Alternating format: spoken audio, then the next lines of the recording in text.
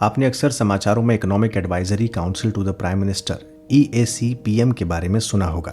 तो क्या होती है प्रधानमंत्री की आर्थिक सलाहकार परिषद, आज इसे जानेंगे। तो economic advisory council to the prime minister एक गैर संवैधानिक, एक गैर सांविधिक स्वतंत्र निकाय है, यानी non constitutional, non statutory, independent body है जिसका गठन भारत सरकार द्वारा किया जाता है।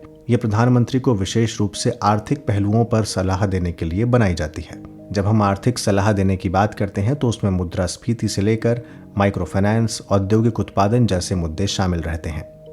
यह परिषद न केवल अर्थव्यवस्था की समीक्षा करती है बल्कि एनुअल इकोनॉमिक आउटलुक भी प्रधानमंत्री के सामने रखती है। अब सवाल है कि जब अलग से वित्त मंत्रालय है तो आर्थिक सलाहकार परिषद प्रधानमंत्री के लिए अलग से बनाने का क्या तर्क है। तो इसके गठन के पीछे कहा गया कि अभी तक आर्थिक मामलों में सरकार वित्त मंत्रालय पर अत्यधिक निर्भर थी, लेकिन परिषद जब से आई है या परिषद के आने के बाद से इस निर्भरता में एक क्वालिटेटिव बदलाव आया है। ये काउंसिल बनने से लोक सेवक और अर्थशास्त्रियों के बीच एक संतुलन स्थापित हो सकेगा। लेकिन दूसरी तरफ विशेषज्ञों का ये भी कहना है कि अगर इस तरह की परिषद की जरूरत है तो फिर नीति आयोग की भूमिका का क्या प्रश्न है। क्या भूमिकाओं में दोहराव नहीं होगा, क्योंकि आर्थिक सलाहकार परिषद अब भी नीति आयोग का इस्तेमाल अपनी नोडल एजेंसी के तौर पर करती है। तो इस तरह देखें तो इसके पक्ष और विपक्ष दोनों में कुछ कुछ तर्क दिए जाते हैं। जहां तक इस परिषद के सदस्यों का सवाल है तो इसमें एक अध्यक्ष और 4 सदस्य होते हैं। आमतौर पर प्रधानमंत्री द्वारा शपथ ग्रहण के बाद सलाहकार समिति के सदस्यों की नियुक्ति हो जाती है। इसके सदस्यों का कार्यकाल प्रधानमंत्री के साथ साथ चलता है।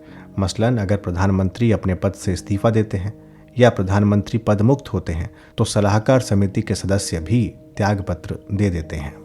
हाल ही में सरकार ने प्रधानमंत्री की आर्थिक सलाहकार परिषद का पुनर्गठन किया है। ये पुनर्गठन 2 साल की अवधि के लिए है और इसका नेतृत्व करेंगे डॉक्टर बिबेक देबरॉय। सितंबर 2021 में ही इस आर्थिक सलाहकार परिषद का कार्यकाल समाप्त हुआ था। तो ये थी जानकारी प्रधानमंत्री की आर्थिक सलाहकार परिषद के बारे में। इस तरह की और भी जानकारी सुनने के लिए ध्येय IAS के इस YouTube चैनल को सब्सक्राइब करना और नोटिफिकेशन बेल को ऑन रखना न भूलें।